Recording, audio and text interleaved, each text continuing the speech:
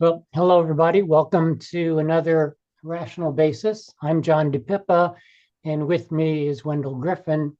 And Hello, everybody. we want to talk today about fascism, and specifically how fascism has arrived in the United States.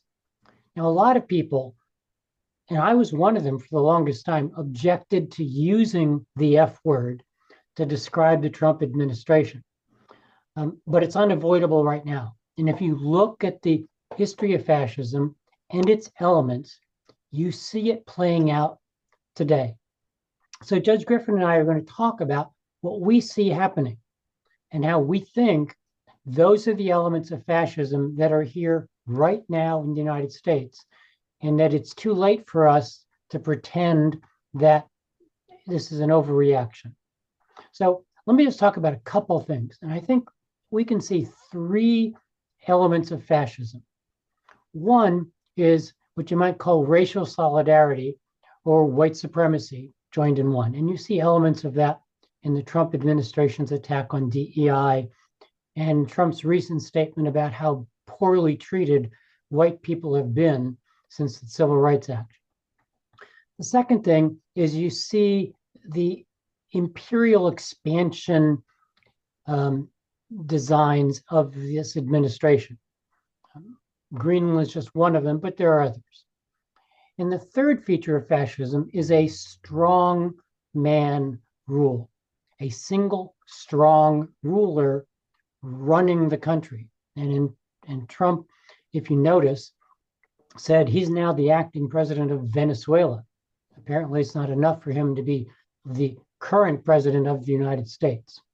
So we see those three elements coursing through all the activities of the administration right now. And so, Judge Griffin, you and I, before we got here, started talking about the imperial aims of the United States and how this isn't a recent development. And it really is the continuation of the neocon agenda from 25, 30 years ago. Is that right? Yes, we like to talk about things in current events as if they are popcorn. They just pop up and they happen. But the truth is that current realities actually have percolated over time. And the imperialism that Dean DePippa mentioned and the fascist trend with it have actually been percolating in American foreign policy and American domestic policy for quite some time. Some of us remember Pat Buchanan, who was part of Ronald Reagan's and Richard Nixon's administrations.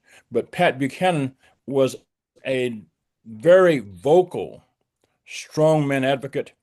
And before Fox News, before Rupert Murdoch's Fox News, was on CNN and was pushing the Republican Party toward a strongman, anti-immigrant, white sort of nationalist, Christian conservative kind of agenda that people sort of laughed at, poo-pooed about, Mm-hmm. uh, and tried to Pat Buchanan off. But Pat Buchanan didn't go away. He actually became part of the conversation. Rupert Murdoch picked this up, and Fox News picked it up, and we see now the Pat Buchanan language is really tame compared to uh, what we see now with J.D. Vance or Stephen Miller, and so that situation. But the last thing I'll say is we forget that 20 years after Pat Buchanan, neocons were pushing Bill Clinton in 1998 to topple Saddam Hussein. I'm looking at a letter dated January 26, 1998, written by a host of characters, Elliot Abrams, Donald Rumsfeld, and others, calling on it to be the aim of the American foreign policy needs to be to topple, remove Saddam Hussein and his regime from power. Mm-hmm. Well, we did. It didn't happen during the Clinton administration. Did it in the Bush administration. But before we got to the Bush administration, we had the Brooks Brothers riot in the 2000 election of white, well-dressed people from Washington who came in and stopped voting counting in Florida. This was fascism working in plain sight, but it wasn't called that. That's right. That's right. It wasn't brown shirts. It wasn't brown shirts. It was Brooks Brothers. Yeah. See, I think that's the mistake people make when they say calling this administration as fascist is overreaction, because they expect fascists to show up sort of as caricatures, as characters in this drama. They should, as you said, be wearing brown shirts. They should act like Nazis. The truth is, in Germany, fascism happened incrementally. And it happened slowly over a period of years until Hitler simply took advantage of the soil in which those elements of fascism grew. So one of the features I think that people miss is also that any of these things that I mentioned, imperial expansion, racial solidarity, or strongman rule, individually aren't fascist or don't have to be. But it's when you put them together that they become fascism. When you put a strongman with racial solidarity, nursing racial grievance, with imperialistic designs, that's when you have a fascist state. And I think anybody with open eyes right now can see that's where we are. I mean, look at what's happening in Minnesota and other cities. Essentially, the Trump administration has invaded Minneapolis. They've invaded Minneapolis with what amounts to be a private army, willing to carry out the dictates of their strongman without any constraints. And the administration has made clear there are no constraints in these people. So you put all that together, and we really are living with fascism right now. The problem that we have is the problem of a defense mechanism called denial. Mm. People keep trying to disbelieve their eyes. We don't. So many times we've heard people says, "This is not who we are. This is not who we are. This is not who we are." Well, we said this is not who we are in 2000 when Donald Trump walked with General Milley and his coterie with black dressed, masked people through Lafayette Park, and peaceful protesters were brutalized. They said, "This is not who we are." They said, this is not who we are when people were looking at Marines in Los Angeles Mm-hmm. less than a year ago, or on the streets, National Guards in Washington, D.C., or Baltimore. But this is who we are. We're just in denial. And the problem is denial is a defense mechanism. It's something we do as humans Yeah. to protect our egos from accepting realities that are too painful to believe because they just do not fit our construct of what's right. Mm-hmm. And that's why I think it's important for people to call this what it is. I think it's important for people to call it fascism because, in essence, that's a reality check. That's a dose of cold water. That's a way, I think, to shock people into seeing things the way they are. Now, there may be people who only reluctantly will come along. I mean, the piece in the New York Times by Michelle Goldberg is a really good piece about fascism. But even at the end, she pulls her punches where she says, well, we're in the in-between period. No, we're not. We are there. And I credit her for writing a strong column, as she usually does. And maybe her editor said, pull your punch at the end. But the truth is, when you look at what's going on, there's no other word for it. What especially sort of shocks me goes back to your statement about how people kept saying, this isn't who we are. Well, if you pay attention to our history, it's exactly who we've been. I mean, the idea Exactly. that somehow, we're living in a post-racial society, like a lot of people talked about after the Obama election, was just silly and naive.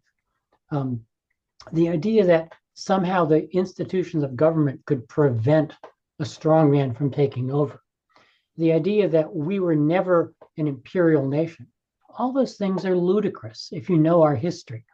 So those elements have always been there. The scary thing is Trump figured that out and fused them into his person and his movement.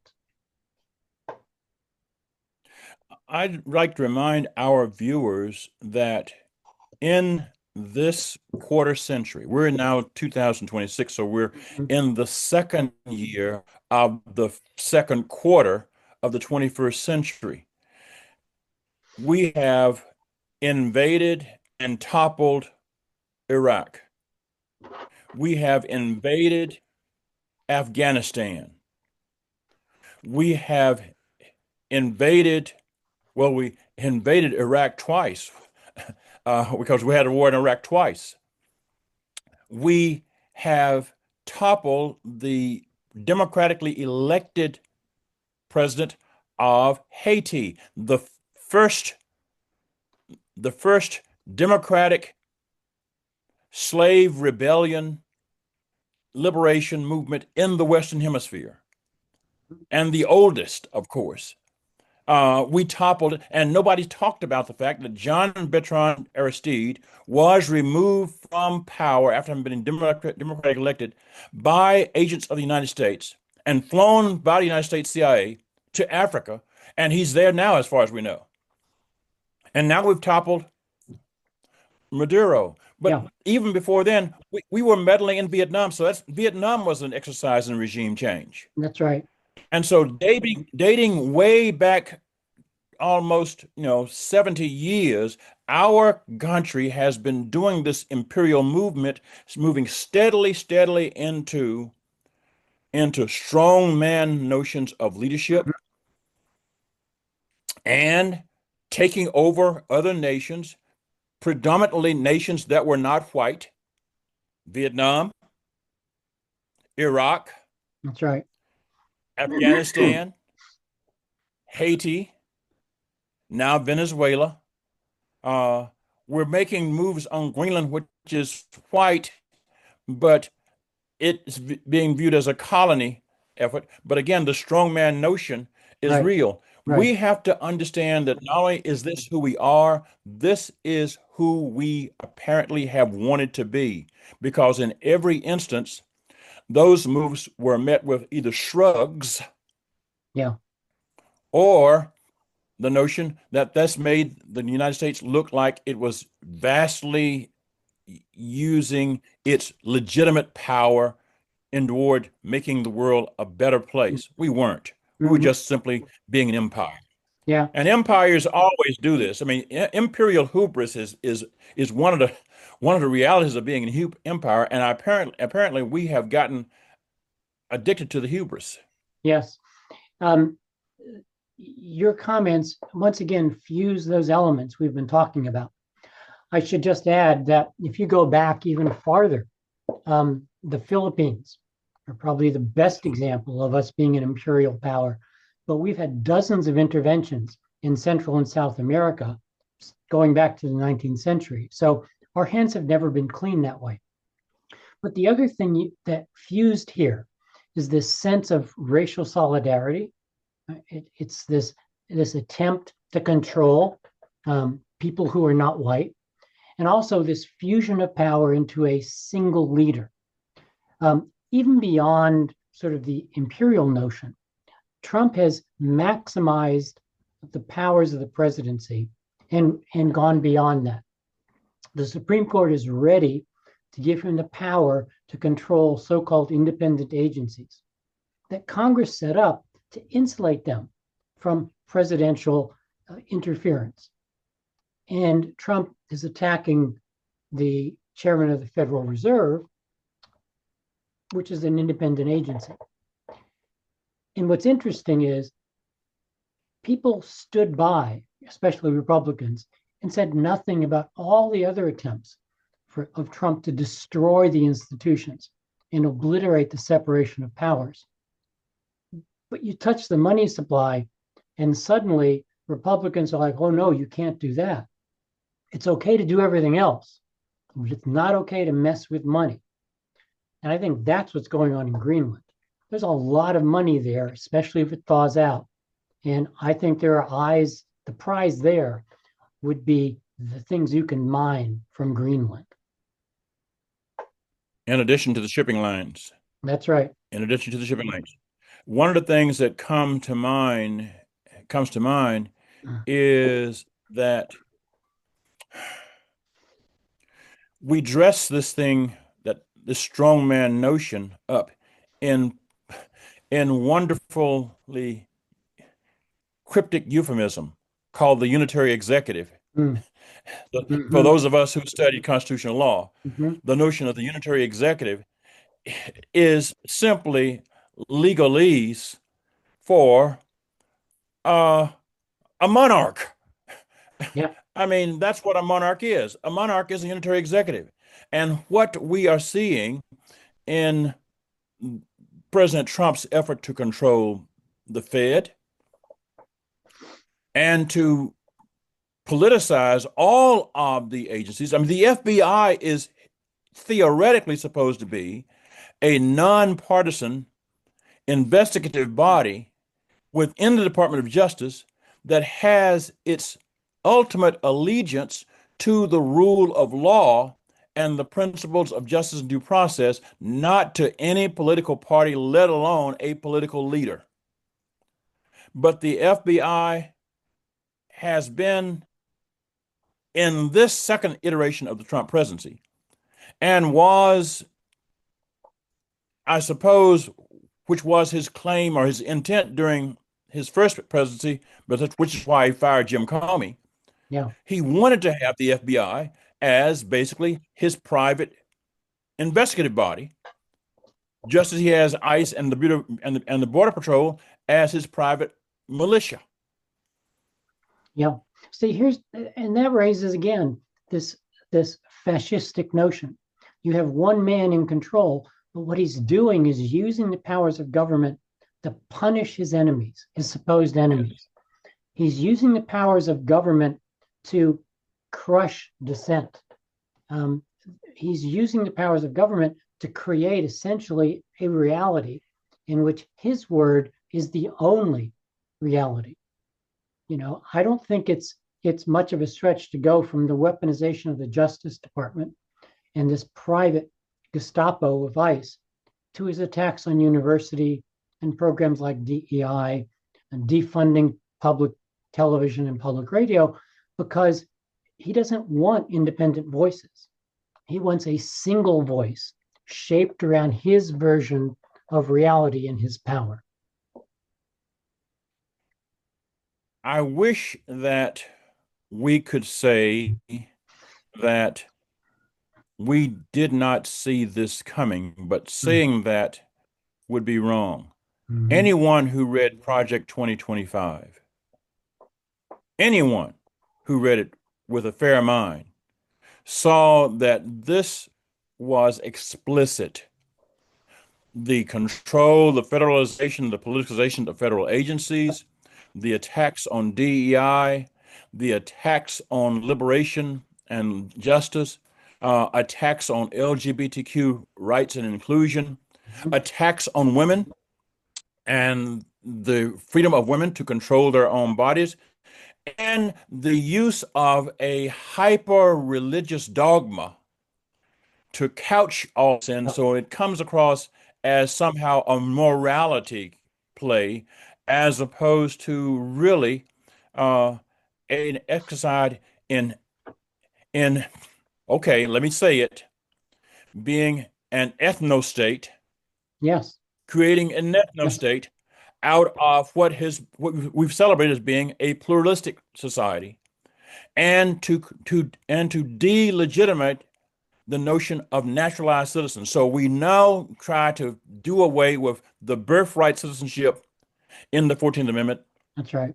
For people who are the descendants of immigrants, who are the children of immigrants, and we want we want to challenge the loyalty, like we did during the Second World War with Yeah. Korematsu versus United States, of U.S. citizens who have ethnic backgrounds, so that we create this notion that you've got to be this blood and soil notion, um, that it's blood, white blood, Yes.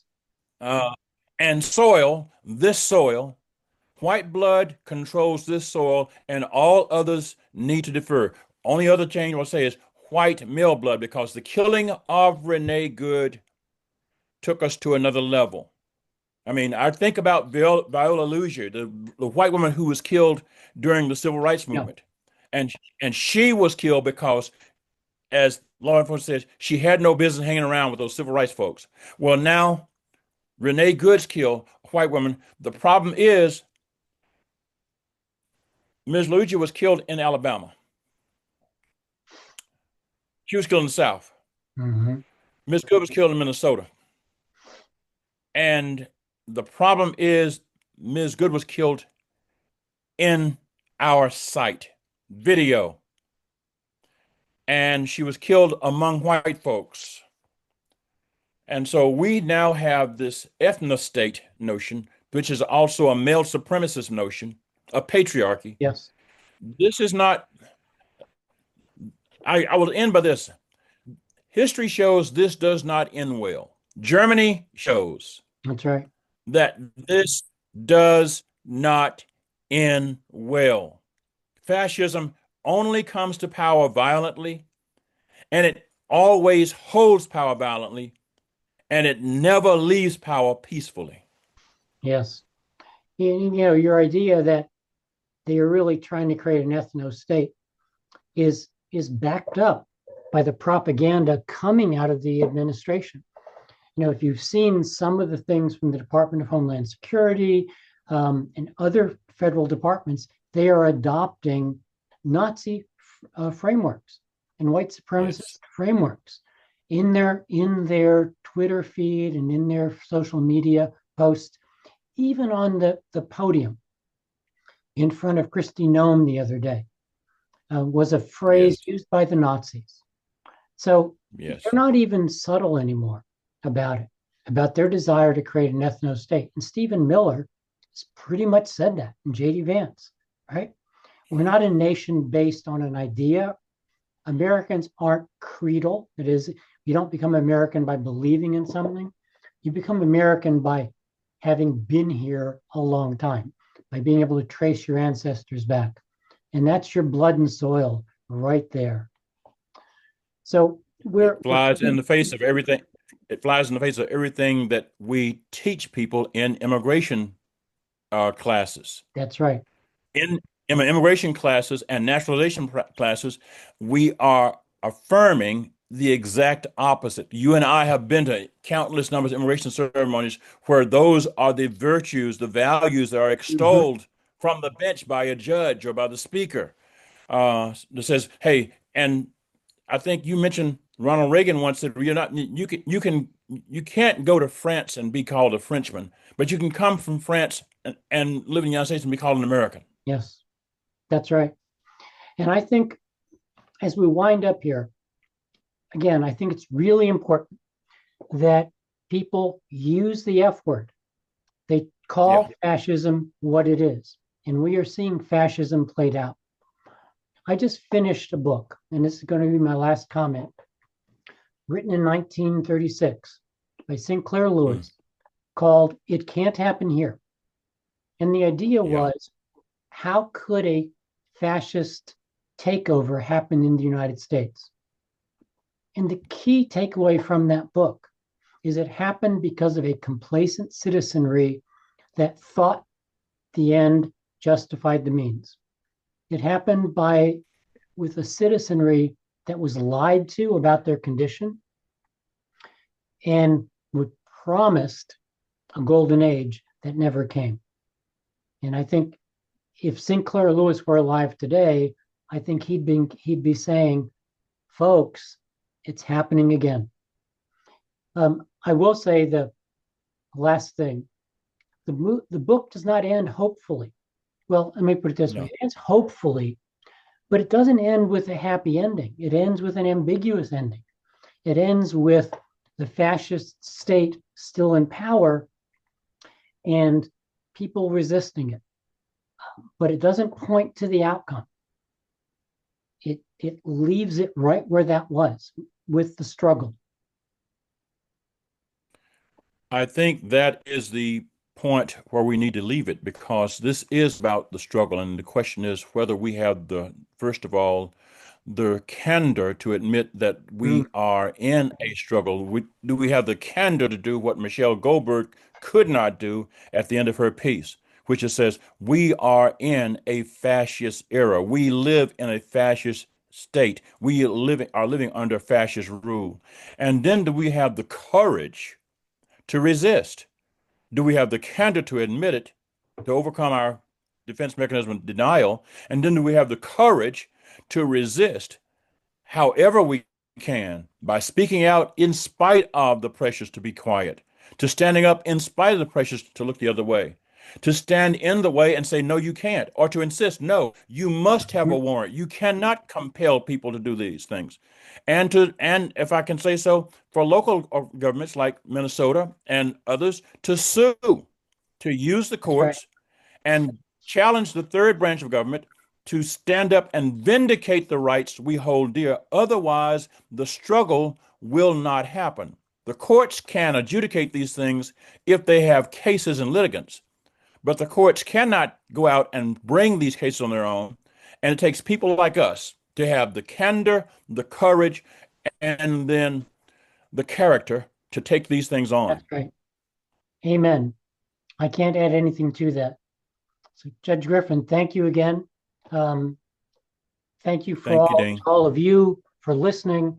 If you like us, subscribe. We're not going away. I hope you aren't going away either. So, Judge Griffin, Please, thank you please again. let, yeah, please let other people know because we want to keep doing this, but we also want to know what you think about how we're doing it because Yeah, we believe in this. This is our way of having candor, courage, and character. Join us. amen. Thank you.